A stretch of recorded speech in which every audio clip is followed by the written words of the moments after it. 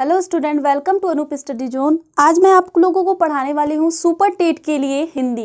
तो हिंदी में सबसे पहला टॉपिक हम लोगों का क्या होगा? वर्णमाला। तो वर्णमाला में सबसे पहले हम लोग जानेंगे कि वर्णमाला होता क्या है ना।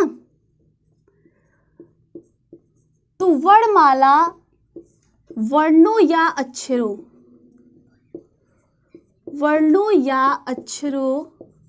या लिपि चिन्हों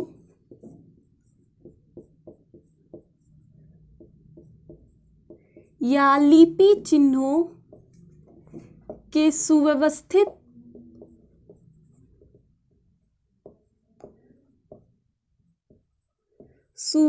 समूह को क्या कहेंगे? वर्णमाला। समूह को वर्णमाला कहते हैं। तो यानी कि वर्णों या अक्षरों या लिपि चिन्हों के सुव्यवस्थित समूह को क्या कहेंगे? वर्णमाला। तो सबसे पहले यहाँ पे हम लोग जानेंगे कि वर्ण होता क्या है। वर्ण यानी कि जिसका खंड न किया जा सके, जिसको तोड़ा न जा सके, वो क्या कहलाएगा? वर्ण। तो उदाहरण के तौर पे हम लोग देखेंगे जैसे कमल। ठीक है, अगर कमल शब्द को हम लोग तोड़े तो क्या होगा? क धन अ धन म धन अ धन ल प्लस अ। ठीक है, तो अगर इस क को हम लोग देखें तो क्या अब इसको तोड़ा जा सकता है? नहीं। इस अ को देखें तो क्या अब इसको तोड़ा जा सकता है? नहीं। तो ये क्या हुआ? वर्ण। ठीक है, अब वर्ण के साथ साथ हम लोग जानेंगे कि लिपि क्या होती है ना। चूंकि यहां हमने लिखा है लिपि चिन्ह, तो लिपि भी जानेंगे कि क्या होता है। तो लिपि जो लिखने का ढंग होगा, लिखने का ढंग,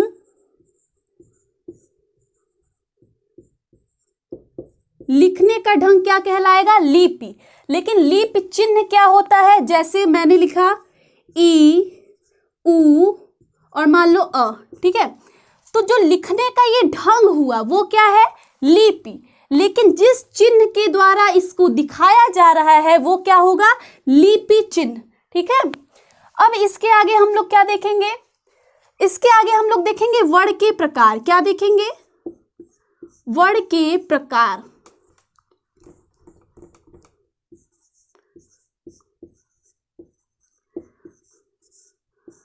तो वर्ण को कितने भागों में बांटा गया है? इसके टाइप कितने हैं? तो इसके दो प्रकार है। कौन कौन से? स्वर और व्यंजन।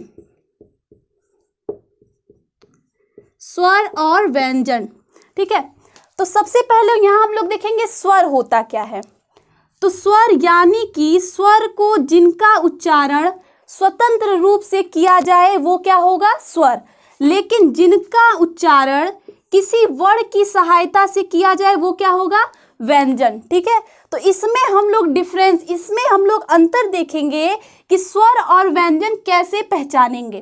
ठीक है, तो हम लोग देखते हैं, एक ले लेते हैं अ। जैसा कि आप लोग जानते हैं अ से पूरा अह तक स्वर हो गया और क से ज्ञ तक क्या हो गया? व्यंजन हो गया। ठीक है, तो अगर यहाँ हम लोग अ ले और यहाँ क्या ले? क ले। ठीक है, तो सबसे पहले क को देखेंगे। तो क को अगर हम लोग तोड़े तो क्या होगा? क प्लस अ। ठीक, तो हम लोग देख रहे हैं ये जो क है इसका उच्चारण किसी स्वर की सहायता से किया जा रहा है ना। और स्वर यानी कि स्वर भी क्या है? वर्ण है। लेकिन अगर इस अ को देखें तो ये अ किसी भी वर्ण की सहायता से उच्चारित नहीं किया जा रहा है, तो ये क्या कहलाएगा? स्वर कहलाएगा। ठीक है, तो स्वर, अब स्वर में हमने आपको बता दिया स्वर क्या होता है। ठीक है, अब अगर आपसे ये प्रश्न किया जाए कि स्वर कितने होते हैं, स्वर कितने होते हैं,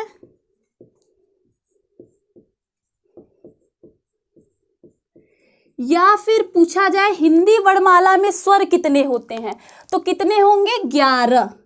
लेकिन यही आपसे पूछा जाए कुल स्वरों की संख्या कितनी होगी, तो कुल स्वरों की अगर संख्या आपसे पूछी जाए तो कितनी होगी? 13 होगी। ठीक है, तो इसमें कौन कौन सा सम्मिलित नहीं किया गया है? अंग और अह को सम्मिलित नहीं किया गया है। अंग और अह को सम्मिलित नहीं किया गया है। इसको आयोगवाह में सम्मिलित किया गया है, जिसको हम लोग आगे देखेंगे। ठीक है, अभी हम लोग स्वर पढ़ रहे हैं, तो चूंकि हम लोग स्वर के बारे में देखेंगे। ठीक,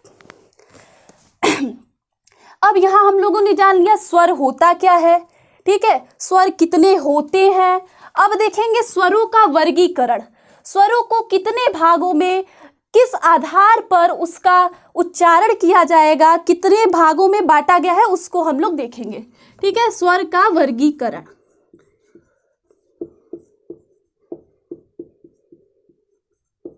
स्वर का वर्गीकरण। तो सबसे पहले हम लोग स्वर के वर्गीकरण में किस आधार पे देखेंगे? सबसे पहले हम लोग देखेंगे उच्चारण के आधार पर।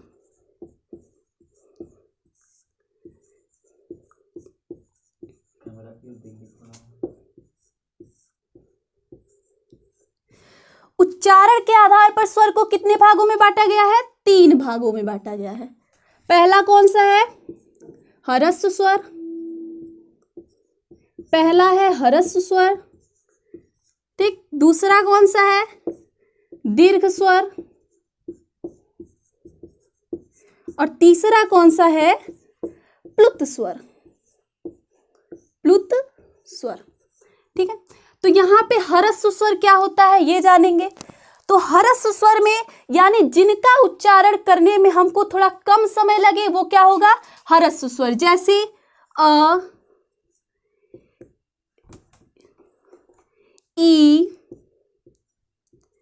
ऊ और री। ठीक है, और दीर्घ स्वर क्या होगा? ह्रस्व स्वर से थोड़ा सा जिसमें अधिक समय लगे या दुगुना समय लगे, वो क्या होगा? दीर्घ स्वर होगा। कौन कौन सा? आ, ई, उ, ए, ओ और औ। ठीक है, और प्लुत स्वर क्या होता है? प्लुत स्वर यानी कि दीर्घ स्वर से अगर उसमें अधिक समय लगेगा तो वो क्या होगा? प्लुत स्वर होगा, है ना। अब रटने के लिए तो हम लोग बुक से रट लिए कि जो प्लुत स्वर होगा उसमें दीर्घ स्वर से क्या होगा? अधिक समय लगेगा। लेकिन हम लोग समझेंगे कैसे प्लुत स्वर होता क्या है? तो अगर देखा जाए, अगर सिंपल भाषा में समझा जाए, तो किसी को पुकारने में हम लोग प्लुत स्वर का यूज करते हैं। कैसे? अगर देखा जाए, मान लीजिए हम लोग बोले मोहन। क्या बोले? मोहन। ठीक है, उसको बुलाना है मोहन। ठीक है, तो ये जो आ रहा है यानी जिसको हम लोग खींच रहे हैं वो हमारा क्या है? प्लुत स्वर है। ठीक है, यानी कि ये जो सिंबल है यही क्या है? प्लुत स्वर, जिसे कहा जाता है अवग्रह। क्या कहा जाता है? अवग्रह। ठीक है, अब दूसरा हम लोग देखेंगे किस आधार पे स्वर का वर्गीकरण। दूसरा हम लोग देखेंगे उत्पत्ति के आधार पर स्वर को कितने भागों में बांटा गया है। ठीक है, उत्पत्ति के आधार पर।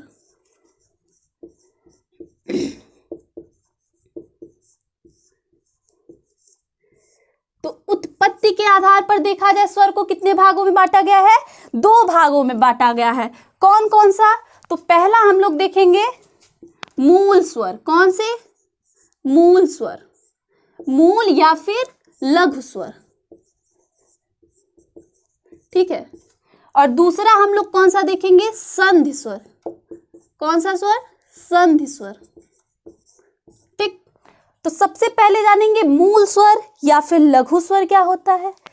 तो मूल स्वर यानी कि जो छोटे वाले होंगे, जो ह्रस्व स्वर है वही क्या हो जाएगा? लघु स्वर, छोटे वाले। ठीक है, जैसे अ, ई, ऊ और री। अब यहाँ पे संधि स्वर है। संधि का मतलब ही है क्या? जोड़, योग, है ना। तो ये 2 स्वरों के योग से बनेगा संधि स्वर। और संधि स्वर को भी हम लोग देखें तो कितने भागों में बांटा जा रहा है? 2 भागों में। कौन कौन सा? संधि स्वर, इसको भी 2 भागों में बांटा गया है। कौन कौन सा? मूल दीर्घ स्वर, मूल दीर्घ स्वर, जिसे क्या कहेंगे? सजाती स्वर भी कहते हैं। ठीक है, सजाती स्वर भी कहते हैं इसको। और दूसरा कौन सा है? दूसरा है हम लोग का संयुक्त संधि स्वर, संयुक्त स्वर। ठीक, संयुक्त स्वर को बीजाती स्वर भी कहते हैं, बीजाती स्वर। ठीक, तो सबसे पहले देखेंगे मूल दीर्घ स्वर क्या होता है? सजाति। यहां शब्द से ही लग रहा है कि एक ही जाति की, यानी कि अब संधि अभी जस्ट मैंने आप लोगों को बताया कि ये दो स्वरों के योग से बनेगा। ठीक है, तो सजाति मतलब समान इसका जाति, तो अ प्लस अ से क्या बनेगा? आ। ठीक, ई प्लस ई से क्या बनेगा? ई। उ प्लस उ से क्या बनेगा? उ। ठीक है, तो ये जो तीनों स्वर है वो क्या है? सजाती स्वर या फिर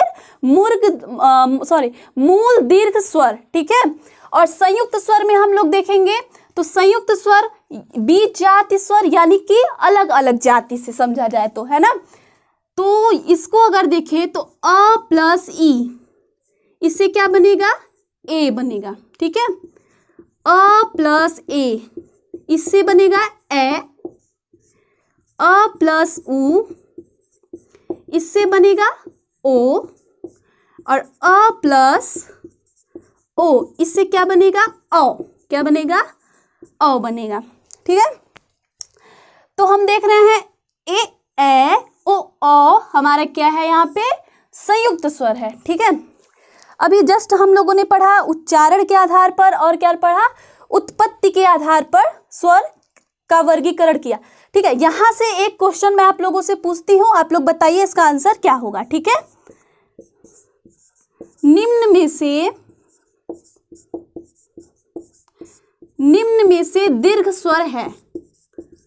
ठीक है, ऑप्शन नंबर ए कौन सा है? आ, बी है ओ, सी कौन सा है? औ, और डी ऑप्शन है अ। तो आप लोग बताइए इसका आंसर क्या होगा? चलिए देखिए, अगर हम लोग अ देखें तो अ को देख रहे हैं, ये क्या है? यहाँ पे ह्रस्व स्वर, तो ये तो पहले ऐसे ही कट गया है ना। अब बचा आ, ओ और औ। क्या बचा? आ, ओ और औ। ठीक है, तो अब हमको समझ में नहीं आ रहा है, ये दीर्घ स्वर ये तीनों है, लेकिन अब इसमें हम लोग अंतर कैसे करेंगे? सही कौन सा है ना। तो देखिए, ये जो ओ है, अभी जस्ट मैंने आपको बताया कि अ और किससे? उ से मिलकर बना है। किससे मिलकर बना है? अ और उ से। और ये जो अ है वो किससे मिलकर बना है? अ और ओ से, है ना। तो ये दोनों संयुक्त स्वर में सम्मिलित हो रहे हैं। किसमें? संयुक्त स्वर में, है ना। लेकिन इस आ को देखा जाए तो ये क्या है? प्लस मूल दीर्घ स्वर में भी आ रहा है और दीर्घ स्वर में तो सम्मिलित है ही। तो इसका ऑप्शन यहाँ पे कौन सा सही हो जाएगा? ये वाला सही हो जाएगा। ठीक है, अब आगे देखते हैं हम लोग। ठीक है, आगे किसके आधार पे अब हम लोग पढ़ेंगे? आगे पढ़ेंगे हम लोग थर्ड है ना, ओठों की स्थिति के आधार पर। किसके आधार पर? ओठों की स्थिति के आधार पर। ठीक है, इसके आधार पर पढ़ेंगे। ओठों की स्थिति के आधार पर अब हम लोग पढ़ेंगे कि स्वरों का वर्गीकरण कितने भागों में किया गया है। ठीक, तो कितने भागों में किया गया है? 2 भागों में, है ना। पहला कौन सा है हम लोग का? वृत्तमुखी स्वर। कौन सा? वृत्तमुखी स्वर। ठीक है, और दूसरा है हम लोगों का अवृत्तमुखी स्वर। अवृत्तमुखी स्वर। ठीक है, तो वृत्तमुखी स्वर क्या होता है सबसे पहले अब वो जानेंगे। तो जिन स्वरों का उच्चारण करने पर हमारी ये जो ओठ की आकृति है, चूंकि ओठों की स्थिति के आधार पर है ना, ओठ की जो ये आकृति है गोला, गोलाकार बनेगा तो वो क्या होगा, वृत्तमुखी स्वर। अब ऐसा कौन कौन सा स्वर है बताइए, ऐसा कौन कौन सा स्वर है जिसका उच्चारण अगर हम लोग करें तो क्या बनेगा, उसका जो ओठ का जो आकार होगा वो गोला बनेगा। ठीक है, तो ऐसा कौन कौन सा है, उ, उ, ओ और औ। ठीक है, अब देखिए उ, तो हम लोग देख रहे हैं गोला बन रहा है नहीं, उ इसमें भी गोला बन रहा है, तो उ उ ओ अ हम लोग का क्या हो जाएगा, वृत्तमुखी स्वर हो जाएगा। ठीक है, अवृत्तमुखी स्वर उसी का उल्टा, जिसमें हमारे ओठ की जो आकृति है वो गोला न बने, गोलाकार न बने, तो वो क्या हो जाएगा, अवृत्तमुखी हो जाएगा। जैसे जैसे हम लोग कहा जाएगा अ यानी जो बच्चा, ठीक है, आ है ना, ई और ए ओ और क्या हो जाएगा, ओ। ठीक है, ये हो गया। अब चौथा देखेंगे किसके आधार पर, चौथा देखेंगे हवा निकलने के आधार पर। ठीक है, हवा निकलने के आधार पर।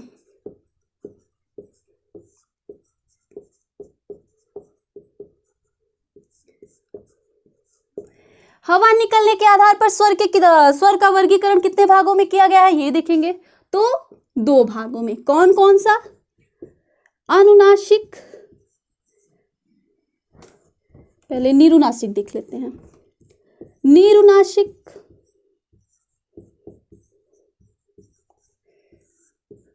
निरुनासिक स्वर और अनुनासिक स्वर।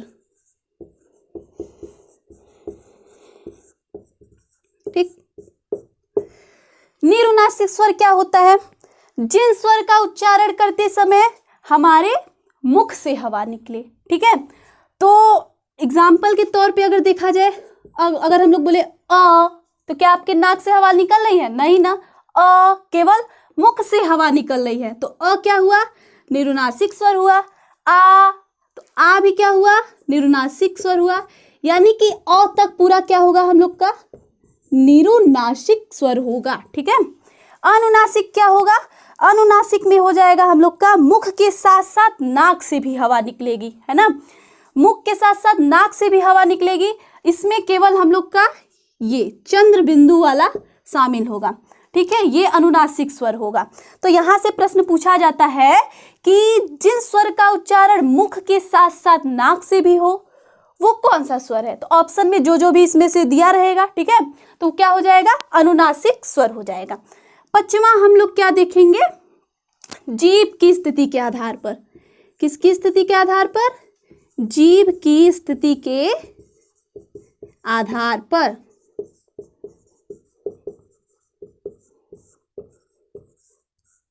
ठीक है, जीभ की स्थिति के आधार पर देखेंगे, तो जीभ की स्थिति के आधार पर कितने भागों में बांटा गया है, 3 भागों में बांटा गया है। कौन कौन सा, पहला है हम लोगों का अग्र स्वर, दूसरा हो जाएगा मध्य स्वर, मध्य स्वर को केंद्रीय स्वर भी कहेंगे। कौन सा स्वर, केंद्रीय स्वर। ठीक है,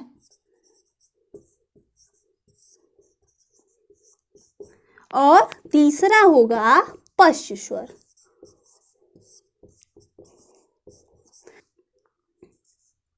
ई, ई,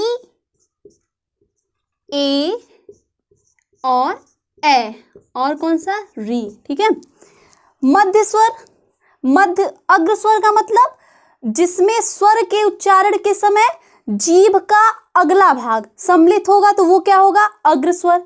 मध्य स्वर क्या होगा, जिसमें स्वर के उच्चारण के समय जीभ का बीच वाला हिस्सा सम्मिलित होगा वो क्या होगा, मध्य स्वर। जैसे अ, केवल अ ही क्या है, मध्य स्वर है। ठीक है, पश्च स्वर क्या होगा, जिसमें स्वर का उच्चारण करते समय जीभ का पिछला हिस्सा सम्मिलित होगा तो वो क्या होगा, पश्च स्वर होगा। ठीक है, कौन कौन सा, आ, उ, ओ और औ। ठीक है,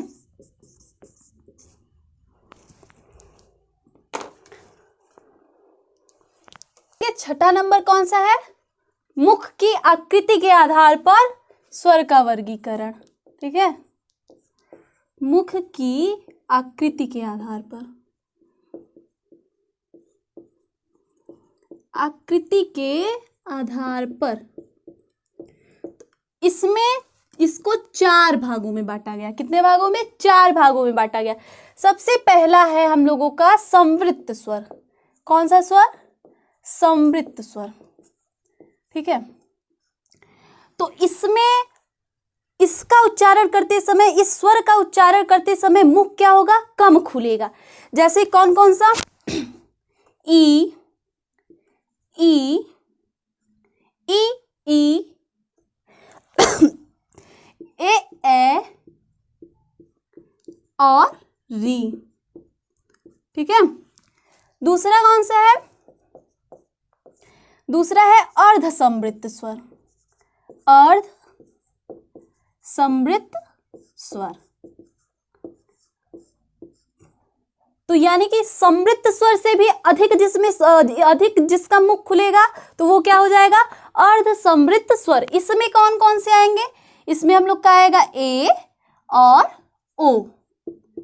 ठीक है, तीसरा है विवृत स्वर। कौन सा स्वर? विवृत स्वर। इसमें सबसे अधिक मुंह खुलेगा, तो ऐसा स्वर केवल एक ही है। कौन सा? आ। ठीक है, आ। और चौथा है अर्ध विवृत स्वर।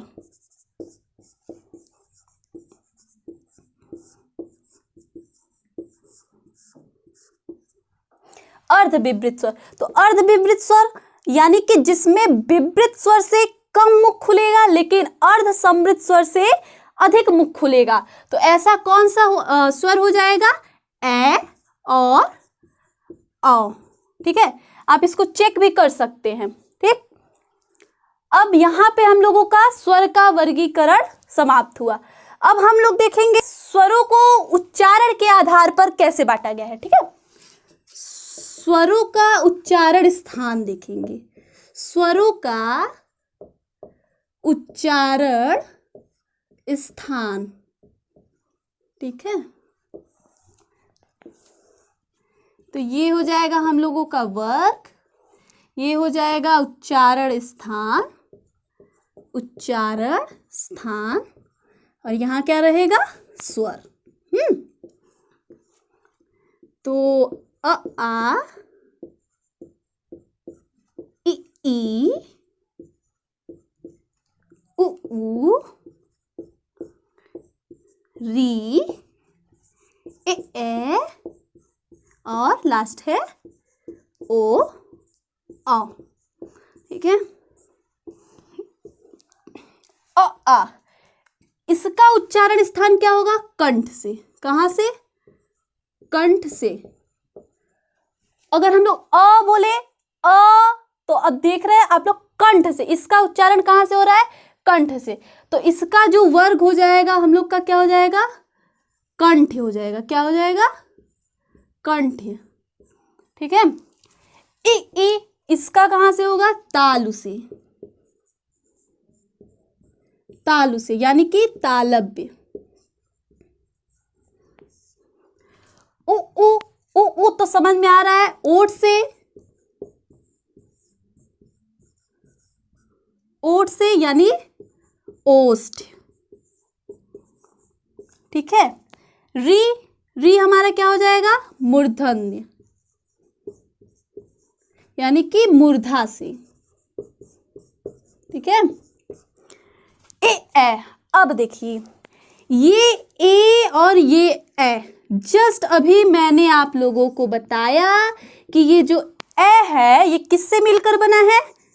अ और ई से मिलकर बना है। ठीक है, तो ये अ का उच्चारण स्थान क्या है? कंठ से, यानी वर्ग इसका क्या है? कंठ है। कंठ यानी कि कंठ, और ई का क्या है? तालु यानी तालव्य। ठीक है, तो ए और ए का जो हम लोग का उच्चारण स्थान हो जाएगा वो कहां से हो जाएगा? कंठ और तालु से। कंठ और तालु से, ठीक है, यानी कि कंठ तालव्य, कंठ तालव्य। और इस ओ और औ को देखें तो ये जो ओ है हमारा किससे मिलकर बना है? अ और ऊ से मिलकर बना है। तो अ जैसा कि हमने देखा क्या हो जाएगा? कंठ हो जाएगा। और ये क्या होगा?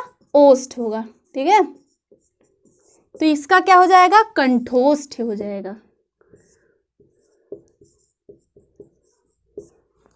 और ये क्या हो जाएगा? कंठ और ओठ से।